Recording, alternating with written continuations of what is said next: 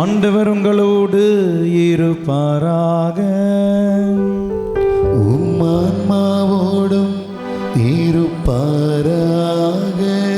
மத்தேயு எழுதிய தூய நற்செய்தியிலிருந்து வாசகம். ஆண்டவரே மாட்சி உமக்கே. அதிகாரம் 28, திருவசனங்கள் 16 முதல் 20 முடிய. அக்காலத்தில் 11 சீடர்களும் இயேசு சீடர்களுக்கு பணித்தபடியே கலிலேயாவில் உள்ள ஒரு மலைக்கு சென்றார்கள். அங்கே அவரை கண்டு பணிந்தார்கள். சிலரோ ஐயமுற்றார்கள். இயேசு அவர்களை அணுகி, விண்ணுலகிலும் மண்ணுலகிலும் அனைத்து அதிகாரமும் எனக்கு அருளப்பட்டிருக்கிறது. எனவே நீங்கள் போய் எல்லா மக்களினத்தாரையும் சீடராக்குங்கள். தந்தை, மகன், தூய ஆவியார் பெயரால் திருமுழுக்கு கொடுங்கள். நான் உங்களுக்கு கட்டளையிட்ட யாவையும் அவர்களும் கடைப்பிடிக்கும்படி கற்பியுங்கள். இதோ உலக முடிவு வரை எந்நாளும் நான் உங்களோடு இருக்கிறேன் என்று கூறினார். ஆண்டவரின் அருள்வாக்கு. கிறிஸ்துவே உமக்கு புகழ்.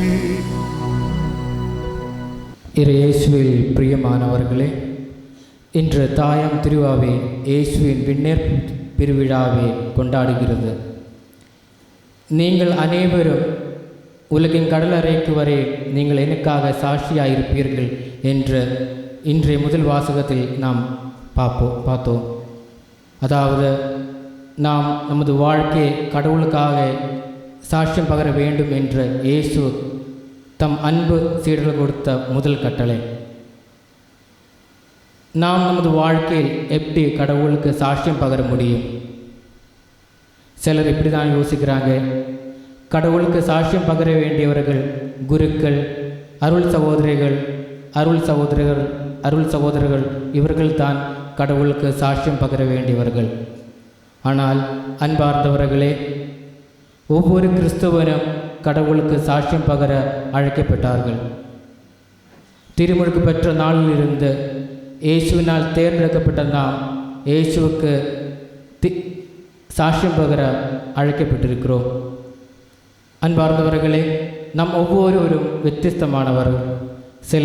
உங்களில் சிலர் மாணவர்கள், சிலர் வேலை செய்கிறார்கள், நாங்கள் குருக்கள், ஃபாதர்ஸ், சிஸ்டர்ஸ் எல்லாம் இருக்கிறாங்க. ஒவ்வொருவரும் வித்தியாசமானவர்கள்.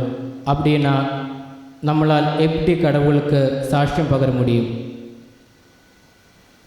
நம்ம ஒவ்வொருத்தரும் வித்தியாசமானவர். ஆனால் நம்முடைய வாழ்க்கையின் மூலம் கடவுளுக்கு சாட்சியம் பகர முடியும். நம்முடைய வாழ்க்கையின் மூலம் மட்டும்தான் கடவுளுக்கு சாட்சியம் பகர முடியும். புனித பிரான்சிஸ் அசிசி இப்படி அழகாக கூறுகிறார், நற்செய்தியை பறைசாற்றுங்கள், ஆனால் தேவையானால் மட்டும் வார்த்தை பயன்படுத்துங்கள். நற்செய்தியை பறைசாற்றுங்கள், ஆனால் தேவையானால் மட்டும் வார்த்தை பயன்படுத்துங்கள். வார்த்தையை பயன்படுத்தாமல் எப்படி நற்செய்தியை பறைசாற்ற முடியும்? அன்பார்ந்தவர்களே, நம்முடைய வாழ்க்கையின் மூலம் மட்டும்தான் நற்செய்தியை பறைசாற்ற முடியும். கடவுளோடு இணைந்து கடவுளோடு சேர்ந்து ஒரு வாழ்க்கையை நாம் வாழும்போது நாம் கடவுளுடைய நற்செய்தியை நாம் பறைசாற்றுவது. இந்த உலகம் மாறிக்கொண்டிருக்கிறது. புதிய புதிய டெக்னாலஜிஸ் எல்லாமே வந்து கொண்டிருக்கிறது. ஏஐ, ஜெமினி எல்லாமே வந்து கொண்டிருக்கிறது. எல்லாமே நல்லது தான், எதுவும் தவறானதல்ல. எல்லாமே நமக்கு யூஸ் பண்ணலாம், எதுவும் தவறானது அல்ல. ஆனால் எதுக்காக நாம் யூஸ் பண்ணுறது அதுதான் முக்கியம். கடவுளுக்காக நாம் யூஸ் பண்ணுறோம், அதுதான் முக்கியம். இந்த ஏஐ, ஜெமினி எல்லாமே கடவுளுக்காக, இந்த சோஷியல் மீடியா எல்லாமே கடவுளுக்காக நாம் யூஸ் பண்ண வேண்டும். கடவுளுக்கு சாட்சியம் பகிர்றதுக்காக இந்த சோஷியல் மீடியா நாம் பயன்படுத்த வேண்டும். இந்த டிஜிட்டல் யுகத்தினோட புனிதர்களாக நாம் வாழ இருந்து போனப்போ பிரான்சிஸ் நம்மை அழைக்கிறார். நாம் இந்த டிஜிட்டல் யுகத்தினோட புனிதர்களாக வாழ வேண்டும். எப்படி நாம் இந்த டிஜிட்டல் யுகத்தினோட புனிதர்களாக வாழ வேண்டும் அல்லது வாழ முடியும்? நம்ம அனைவருக்கும் மொபைல் இருக்குது, சோஷியல் மீடியாவில் இருக்குது. அதெல்லாமே கடவுளோட வார்த்தைகளை, கடவுளோட நற்செய்தியை, ஒரு விவிலிய இறை வார்த்தையை மற்றவர்களுக்கு பகிர்வதற்காக நாம் பயன்படுத்த வேண்டும். கடவுளோடு இணைந்து ஒரு வாழ்க்கையை நாம் வாழ வேண்டும். ஒரு தினமும் நாம் ஸ்டேட்டஸ் ஸ்டோரிஸ் எல்லாமே போடுவாங்க. ஆனால் அது கடவுளோட ஒரு இறைவார்த்தை நாம் போடும்போது அந்த இறைவார்த்தை பார்ക്കുന്ന ஒரு நபரினுக்கு அவனுடைய வாழ்க்கையில் ஒரு மாற்றத்தை கொண்டு வர முடியும். ஆனால் நம்மளால் முடியாது, கடவுளால் மட்டும்தான் முடியும். கடவுளோடு சேர்ந்து ஒரு வாழ்க்கை வாழும்போது, கடவுளோடு இணைந்து ஒரு வாழ்க்கை வாழும்போது மற்ற ஒருவனோட வாழ்க்கையில் ஒரு மாற்றத்தை கொண்டு வர நம்மளால் முடியும். இன்றைய முதல் வாசகத்தில் இயேசு விண்ணகம் சேர்ந்தது பின் சீடர்கள் வானத்தை அண்ணாந்து பார்த்து கொண்டிருக்கும் போது வானதூதர்கள் இப்படி கேட்கிறார்கள், நீங்கள் ஏன் இந்த வானத்தை நோக்கி கொண்டிருக்கிறீர்கள்? இந்த கேள்வி நம்மிடம் இயேசு கேட்கிறார்கள். நீங்கள் ஏன் அங்கிருந்து என்னை பார்த்து கொண்டிருக்கிறீர்கள்? என்னிடம் வா. இந்த நற்செய்தியில் இயேசு சொல்கிறார்கள், நான் உலக கடைசி வரை நான் உங்களோடு கூட இருப்பேன். நீங்கள் சிலவர் சொல்வீங்க, நான் தினமும் ஜெபிக்கிறீங்க, ஆனால் என்னோட வாழ்க்கை கடினமாக இருக்கிறீங்க. அன்பார்ந்தவர்களே, உங்களுடைய வேதனை எதுவும் வீணாகாது, உங்களுடைய கஷ்டம் எதுவும் வீணாகாது, உங்களுடைய கண்ணீரும் எதுவும் வீணாகாது.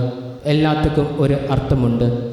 கடவுளோடு சேர்ந்து ஒரு பயணம் செய்யும்போது நாம் அந்த அர்த்தத்தை உணர முடியும். கடவுளோடு சேர்ந்து ஒரு பயணம் செய்தால் மட்டும்தான் இந்த அர்த்தத்தை, நம்மளோட வேதனையோட கஷ்டப்பாடினோட அர்த்தத்தை நம்மளால் உணர முடியும்.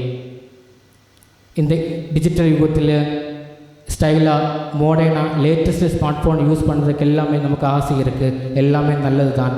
ஆனால் எல்லாம் யூஸ் பண்ணுறது கடவுளுக்காக மட்டும்தான். இந்த தேர்தலில் நம் முதலமைச்சர் விஜய் அவர்கள் சோஷியல் மீடியாவை மேக்ஸிமம் யூட்டிலைஸ் பண்ணார். அதனால்தான் அவங்க வெற்றி பண்ணார். அதே மாதிரி நமது வாழ்க்கையில் சோஷியல் மீடியாவை மேக்ஸிமம் கடவுளுக்காக யூஸ் பண்ண வேண்டும். கடவுளோடு சேர்ந்து ஒரு வாழ்க்கையை வாழ்வதற்கு இந்த காலத்தில் சோஷியல் மீடியா தான் ഏറ്റവും பெஸ்ட்டு. ரீல்ஸ் எல்லாமே நாம் பார்க்குறோம், ஆனால் எல்லாமே ஒரு என்டர்டெயின்மெண்ட்டுக்கு அல்லாமல் சோஷியல் இன்ஃப்ளூயன்ஸுக்காக, கடவுளோட ஒரு இன்ஃப்ளூயன்ஸராக, கிரைஸ்டினோட ஒரு இன்ஃப்ளூயன்ஸராக நாம் வாழ வேண்டும். நாம் ஒரு சோஷியல் இன்ஃப்ளூயன்ஸ் அல்லாமல் ஒரு கிரைஸ்டினோட இன்ஃப்ளூயன்ஸராக நாம் வாழ வேண்டும். அதுக்காக நாம் முயற்சி செய்வோம். கடவுள் நம்மை நிறைவாக ஆசீர்வதிக்கட்டும். ஆமென்.